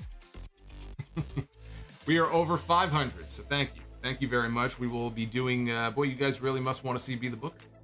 So we're going to be doing that in a little bit. I want to get to your super chats first. And acknowledge the Groovy One himself. Groovy Goose, thank you, man. He is our tribal goose, so make sure you acknowledge him. Brother Fluff Salisbury with the 5. Thumbs up for letting Chad Gable have that moment with his son in his hometown, even if it's only for one night. That was a very cool moment. That was a special moment. You could see the emotion on his face. Like, just to be able to do that, that's a memory that he'll have forever. In his you know, in front of his family, in front of his people, being able to do a lap around the ring with his son on his shoulder. As they say, they grow up so fast, so he won't be able to have his son on his shoulder for much longer. Mr. E 1976, here's to the tip jar. Thanks for everything you do, Solomonster. Mr. E, thank you very much. Base Beerus, God of Seduction. I could be wrong, but I think all the baby faces won. Did they? Shayna beat Zoe. The baby faces won in the main event. Nakamura beat Reed. Gable won the 4-way. New Day beat the Vikings. What am I missing? No, Kaiser won. Kaiser beat Otis.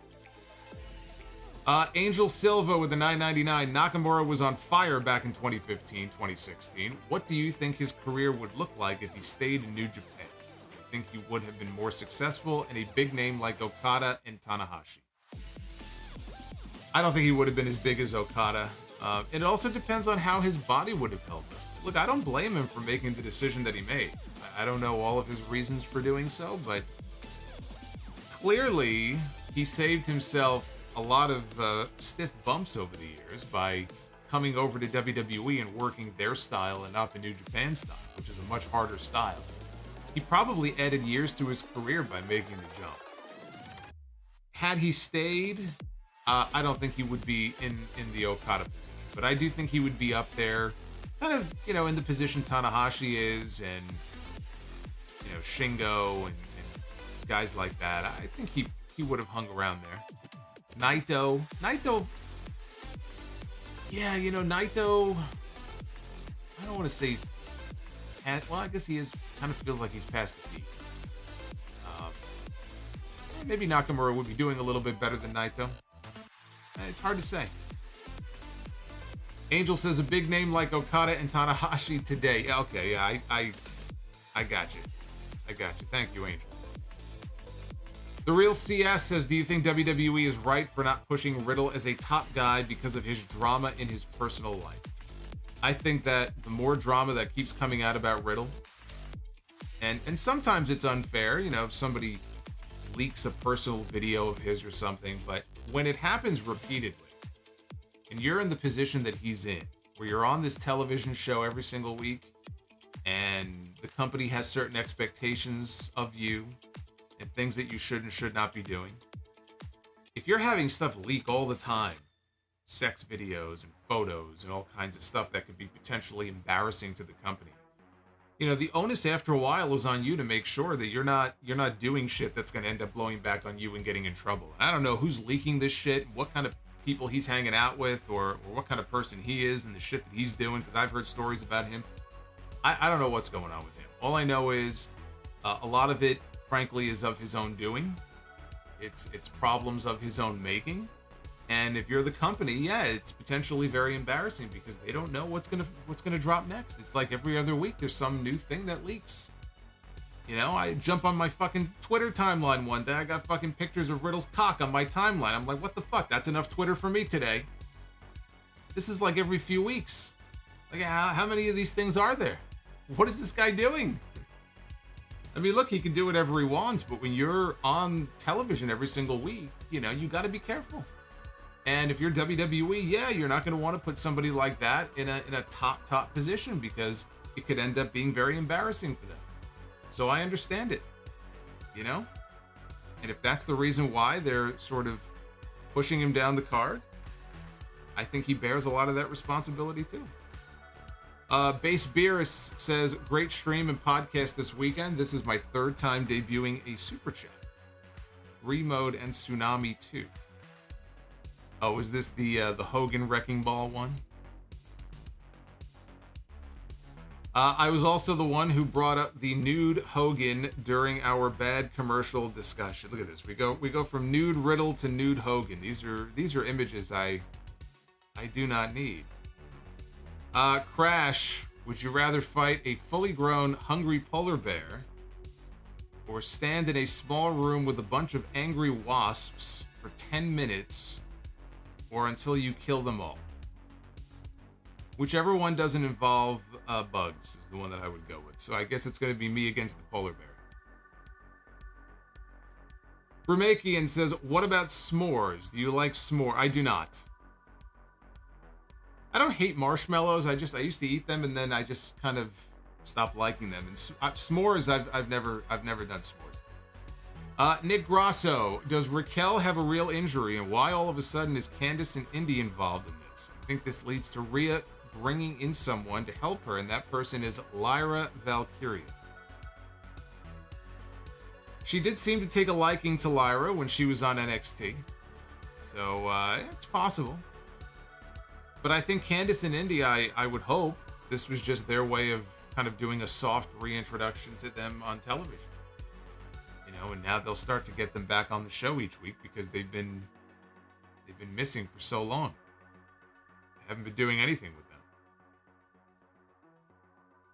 them. Yuri with the $5. Can you name any company outside of Stardom, aka a main company, has a true big/developed women's division to do a tag team? What?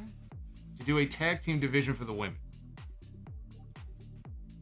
Do I know of a main company that has a developed enough women's division to do a tag team division? I mean, you pretty much named Stardom, which is a women's promotion. And they have plenty of great female talent there. I know Impact still has, even to this day, has a very strong knockouts division, but I don't know if they have enough to do a tag team division. WWE does. They have plenty of women. It's not a matter of not having enough. I mean, you look at what's on the main roster in terms of female talent, and you look at the talent they have down in developmental, in NXT. They have a whole, just a wide array of female talent, but they're not really pushing too many tag teams at the moment. And they called up 2 tag teams from NXT that they are now doing absolutely nothing with. They called up Alba Fire and Isla Dawn, who haven't been seen since they lost to Ronda and Shayna. And they called up Katana Chance and Caden Carter, who made a few appearances, and then it's been several weeks we haven't seen them either. So WWE has the talent, but it's just the way they utilize the talent is very frustrating. Beyond that, no, I can't name one. I can't name one. Ray Wrighton. What's going on, Ray? Completely random, but the Alabama Boat Brawl was the greatest thing to come out of SummerSlam weekend match of the year. You know, I didn't even know about that until a few hours ago. Somebody tweeted it to me. And I agree. The Alabama Boat Brawl. I'm kind of pissed I didn't book that for House of Glory, to be honest with you. I should have booked that for High Intensity. By the way, I guess I can make the announcement now, since they went ahead and made it on social media. We have Super Crazy coming in to be one of 6 participants in our Suicidal 6-Way, which are always just these crazy matches, lots of high-flying, fun stuff. You just never know what you're going to see in these matches. And Super Crazy wanted to put a little bit of a different spin on this one coming up at our big High Intensity 10 show next Friday. Not this Friday, but next Friday. And he wanted to make it a ladder match. And so I, as the commissioner, have obliged. And I have given Super Crazy what he wants. And so it will be a ladder match. So there you go. You can thank Super Crazy for making the request. His request has been granted. I am nothing if not a man of the people. Merlot Williams with a $10 super chat says, here we are 24 hours removed from lamenting Nakamura never seeing a world title, hoping this heel run is better than the last one. Also, Mario is acceptable. It's what my dad always called it. Is it? Because apparently every time I say it, I get absolutely reamed out for it, even though that's the way I was always told to say it as a kid. I thought it was Super Mario Brothers, and everyone's like, no, it's Mario. See, at least I know there's one other person who has common sense here. Hey, Sarit, thank you, man. Thank you, Sarit. Anis. Now look at this. Siri is talking to me. Anis with the $20 super chat. My prediction. Ludwig will hit it, and Maxine will turn heel and cause Gable the Intercontinental title. Then she will promptly be tossed aside by Ludwig. What are your thoughts? Interesting. So Maxine is going to link up with Imperium, and that is how they are going to end up screwing Chad Gable out of the championship. You know, I don't think they would be doing this angle that they started tonight unless you were onto something. One thing I didn't mention when I talked about the Kaiser and the Maxine segment, I mentioned she slapped him, but he was making passes at her, and even after his match was over, I think he was still looking over at Maxine. And there's got to be a reason for that. So it could very well be that he's trying to manipulate her And if it works, that could be what ultimately leads to Chad Gable's downfall. I think you may be onto something there. Paul Carpenter with the $5 super chat. Damian Priest reminded me of Tony B when he was talking to Tony Soprano when he told Tony, "You're crowding me." Oh, Blundetto. Oh man, you know it's been almost 6 months. I think it's about that time I rewatched The Sopranos all over again. It's been too long. It's been too long. Yuri, Sami Zayn's elbow looks like an ostrich knee.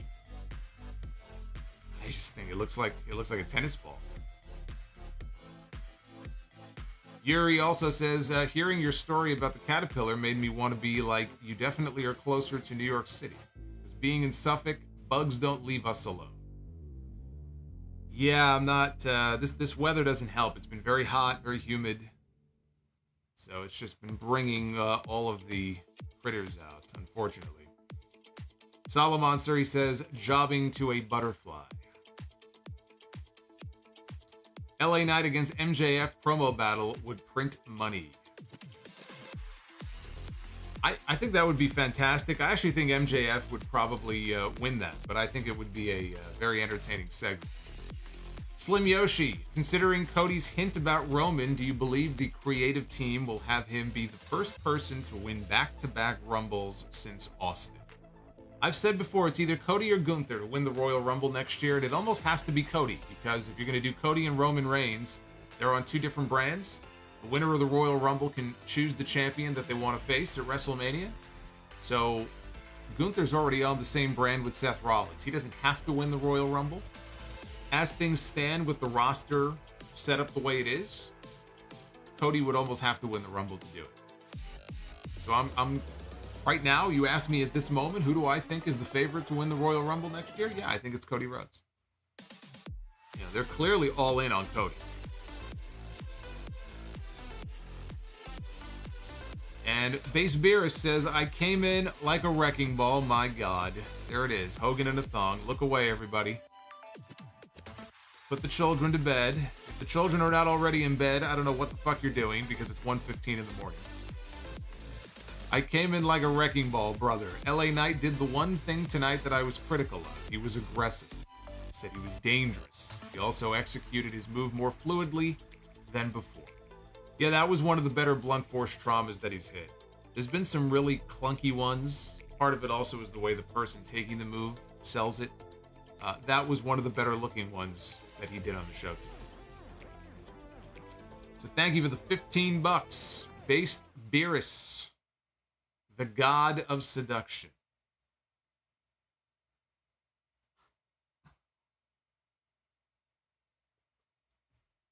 Hogan on a wrecking ball. There it is. One of the images that you never thought you would see, and now you wish you did. Thank you for the likes. We smashed past our goal for tonight. We had a very down night for Be the Booker the other night, SummerSlam. Oh, we went 1 for 3, I think. So it's kind of hard to imagine doing any worse than that, but let's give it a shot and see how it goes. Ladies and gentlemen, it is now time to Be the Booker. Let us hope we have better luck than we did the other night. As we begin our Be the Booker, let's see. You know what? We'll start with the women this time. How about that? We usually start with the guys. We'll start with the girls this time. Maybe that'll change our luck. A lot of very talented women. And maybe some not so talented. Let's see who we land on here. We land on Marina Shafir. Marina Shafir from AEW. Mrs. Roderick Strong, who I believe has been spending most of her time on Rampage when she actually does appear on television. Marina Shafir one-on-one with Io Sky. Oh, this is tough. This is tough. Marina is nowhere near the level that Io is. But can Io bring her up to her level? Is Io a good enough performer to carry Marina Shafir to what I would consider to be a main event caliber match.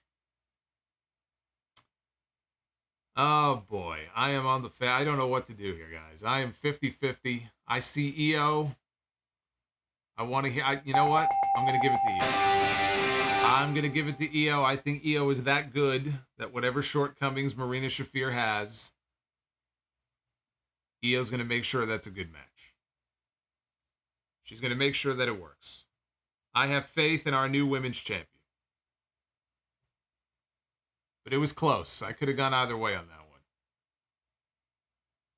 All right, here on the men's side, we begin with Swerve Strickland. Swerve stepping into the ring with Sabu. Swerve Strickland against Sabu is an interesting match. I'm not even the biggest Sabu guy, but I think that that would sell some tickets. What do you think? I think that would sell tickets. So we're 2 for 2 so far. We can't lose, no matter how this ends. Well, it's a good thing we went 2 for 2, because I can already see where this is going. We got Well Done, everybody. Timothy Well and Stephen Dunn. And I know about 75% of you are probably like, who? Who the fuck is that? Exactly. Well Done against Darius and Dante Martin. Oh, Well Done. This is the opposite of that. This is the opposite of Well Done. That was not well done. But hey, we went 2 out of 3, so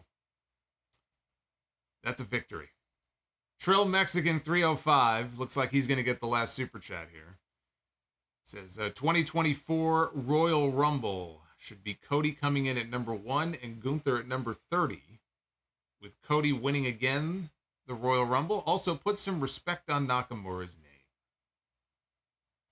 So you would basically do the inverse of what this year's Royal Rumble was, where Gunther was at the very beginning and Cody came in at the very end. So this time Cody would come in at the very beginning and Gunther would come in at the end.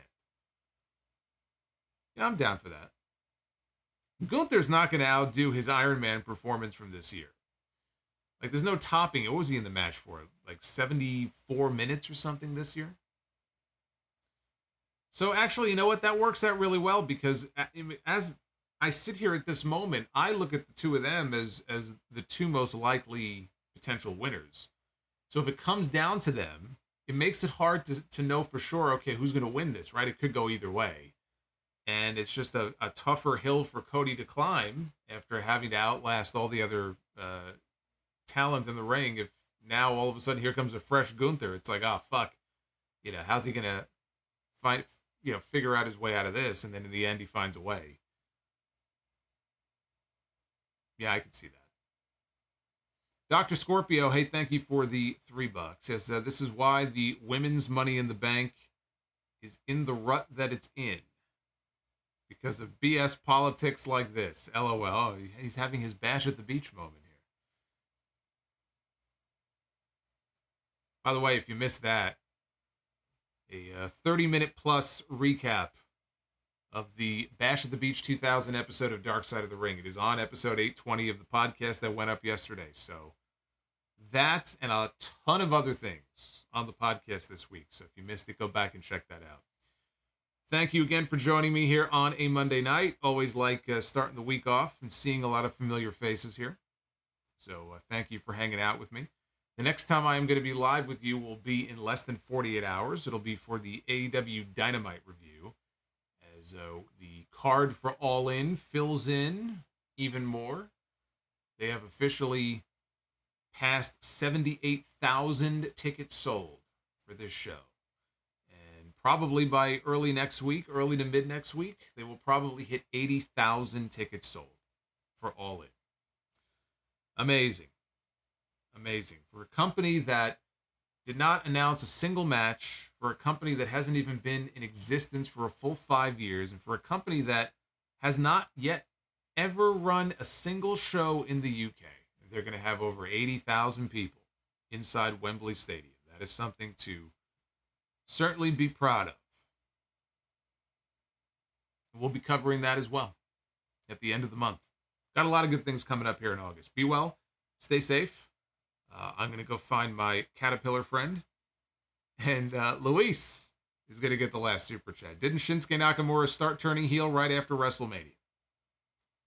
Start turning heel?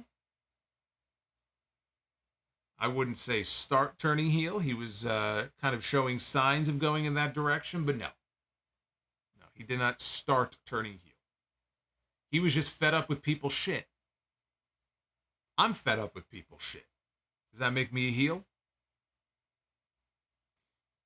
Jansport Book Bags, who's on your Mount Oh, God, a Mount Rushmore question. Who's on your Mount Rushmore of wrestlers who never went to WWE, excluding New Japan guys?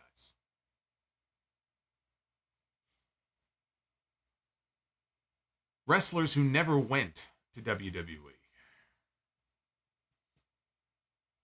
Trying to think of the wrestlers that I really liked that really made a name for themselves elsewhere. Most of them went to WWE. We eventually got Sting. Sting would have been the number one answer.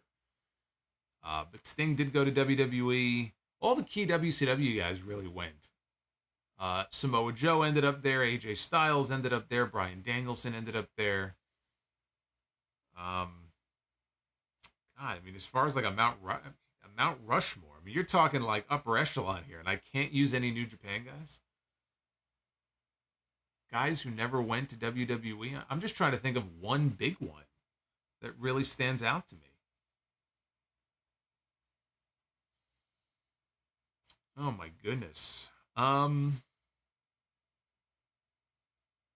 don't have a Mount Rushmore of people that never went to WWE that I really wanted to see there. I don't think I have enough people to fill up a Mount Rushmore, honestly.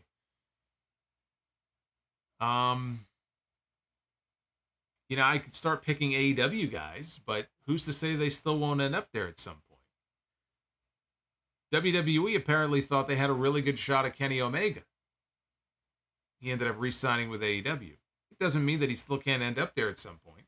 Omega would be probably at the top of the list as far as current modern day guys. But I don't really want to pick AEW guys just because they still may end up going there. So, I don't know. It's a good question, though. I'll have to give that some thought. See, yeah, most people are naming AEW guys. I mean, we can just pick AEW guys if that's the case. Right? MJF, Omega, fucking Ospreay. You said no New Japan, though, right? Hey, I got one. Orange Cassidy. There you go. That'll piss some people off.